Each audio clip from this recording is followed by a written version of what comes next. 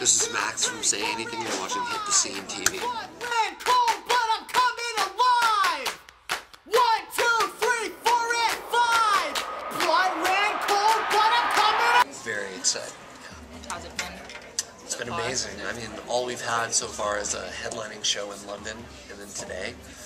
But very memorable. Awesome shows. Yeah. Files like noodles, pleasured himself to the music of well-dressed in More so. Yeah, I feel like I had a lot more baggage. When I would get on stage, there was a lot more going on cerebrally. Like I would get caught up in my own head, and now I just kind of lose myself in the moment. Better own it. You only get one shot. Do not miss your chance to blow. No, I really do lose myself now, as opposed to before. Yeah, it's weird. I don't know what clicked. I don't know what changed. Maybe I'm just getting older, and I find myself feeling very privileged to be able to do this for a living. It's such a fun job, you know. So not everyone gets to do something like this.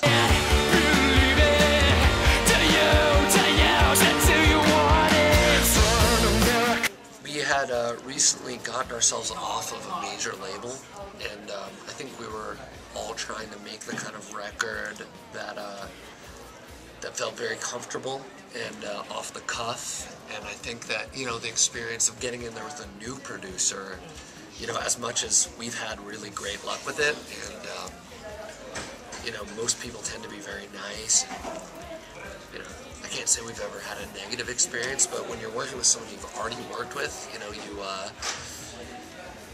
you're blessed with the understanding of your interaction with them on a deeper level, so you don't really have to like get to know anyone. You're already there. You know what they're gonna how they're gonna approach it. And that was definitely the case with Tim.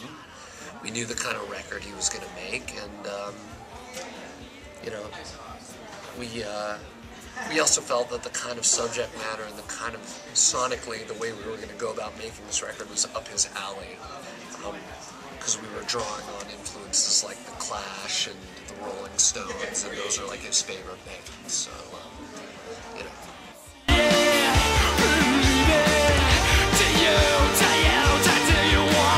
Well, I feel like on the first 3 records, I had a lot of baggage personally, and I think I was a little distracted by that. You know, when I was 14 or 15 years old, I was very obsessed with society and subverting it, and why society was fucked up.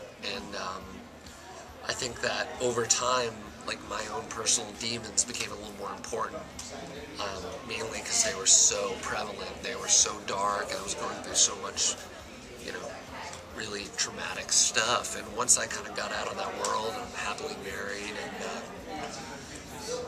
I live in a house in a suburb of Texas, a very quiet suburb of Texas, and play with my dogs all day, and read comic books, and I don't really stress about my personal life very often, and I feel like I was able to take a breath and kind of look around me and say, you know, what's wrong with the world at large, as opposed to, you know, what's wrong with me? Because as of now, there's a lot wrong with me personally, but is it worth writing a record about? Not necessarily right now.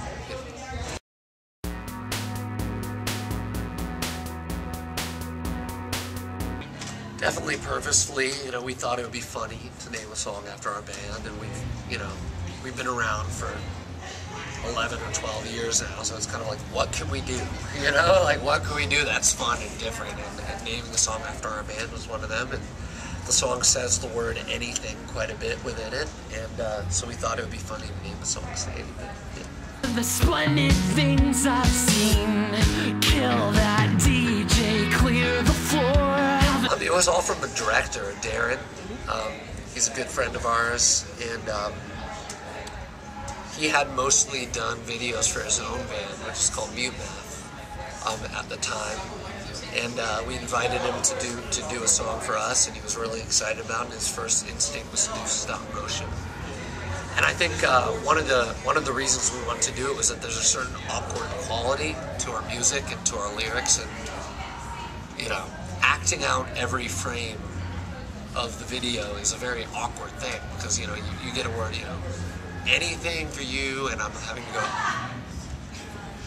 you know, I'm having to act out every little frame. It's a very awkward thing, and you know, we wanted a video that was as quirky as the band. It was like 3 days. Yeah. Not too bad, but most videos take 10 hours. Like, it's all concentrated. This one was like a labor of love, you know, so. Where you go? Is it everything you wanted? Everything you needed all? Everything you wanted? Yes, definitely. You know, I can't say that I have a negative experience and then immediately go down and start writing about it. I'm usually too busy dealing with whatever's going on at the time, but when I find that it's time to write a new record or to, you know, if I feel, if a melody pops into my head that I feel like needs lyrics, I mean, my goal is always to expose the most amount of like raw nerve as possible and to make it as like awkward as possible for people to hear. And I guess there is a form of catharsis in there for me to expose my like most innermost desires and thoughts and neuroses. So yes.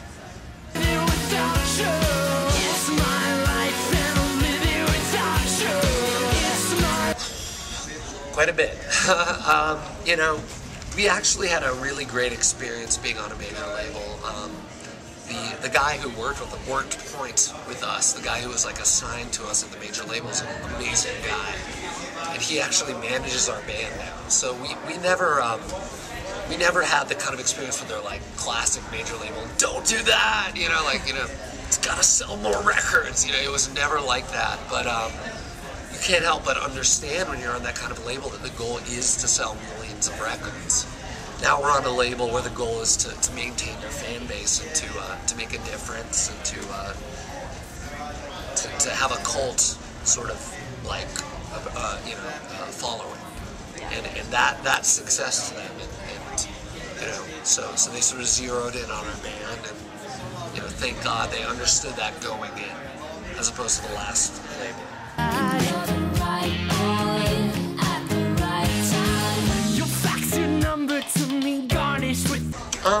Yeah, I think a lot of bands do great jobs. You know, I wouldn't say they have to focus more on it, but I do think in this day and age with digital downloading being such a big thing, you know, it does sort of fall by the wayside. But I think that you know, I think really dedicated fans still buy the physical copy, and I think that it shouldn't be something that we forget about. So. Very much so, yeah, of course. I can't imagine a world where I would be okay with whatever they put together.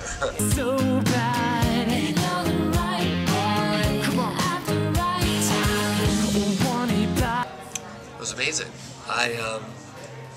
There's a lot of bands, you know what I mean? And there's a lot of good bands, and you know, we're not from here, so I felt very privileged that people knew the words and were so encouraging. Yes, I would love to. Next year, hopefully.